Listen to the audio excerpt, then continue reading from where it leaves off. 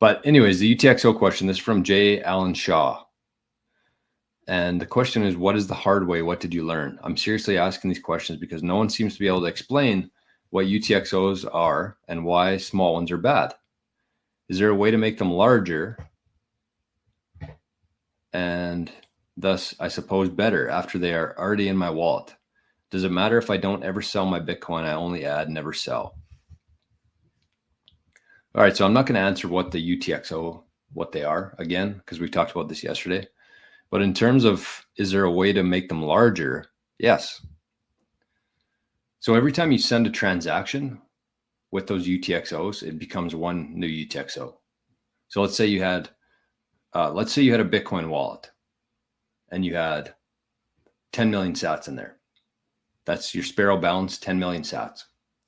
And making up that balance, you can click on the UTXO within Sparrow. And that's why I suggest you use a wallet like Sparrow where you can see your UTXOs.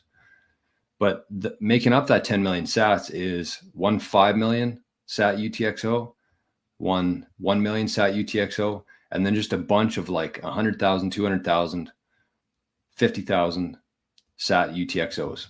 So all of those combined make up your 10 million sat balance. That's your balance. But each balance just consists of a bunch of UTXOs. That's all it is. Your wallet has a balance, and that balance is made up of a bunch of UTXOs, which to me really resembles cash more than anything else. Because if you had a bank balance on your online banking account, and I said $1,000, there's no UTXOs. There's no breakdown of how they got there. There's no anything. It's just a number on a screen essentially. But with Bitcoin, the UTXOs make up your total wallet balance, which I think is pretty cool. And it's very similar to like if you had $1,000 cash in your wallet, your physical wallet, you would have a couple $100 bills, a bunch of $20 bills, $10 bill, $5 bill. That's the exact same as like UTXOs. So it's very comparable to actual cash in that sense, where online banking, the traditional banking system to me is just a bunch of numbers that are completely illusionary. But if you wanted to make them larger, what you would do is you just go into, and I'd bring it up here, but I don't really like talking about this or showing balances and stuff on the public shows.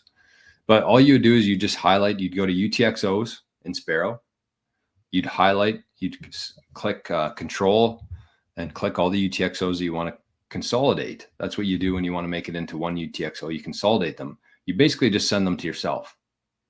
That's what consolidating UTXOs is. You're just sending the Bitcoin to yourself. You have to pay a little fee on there, but they become one UTXO.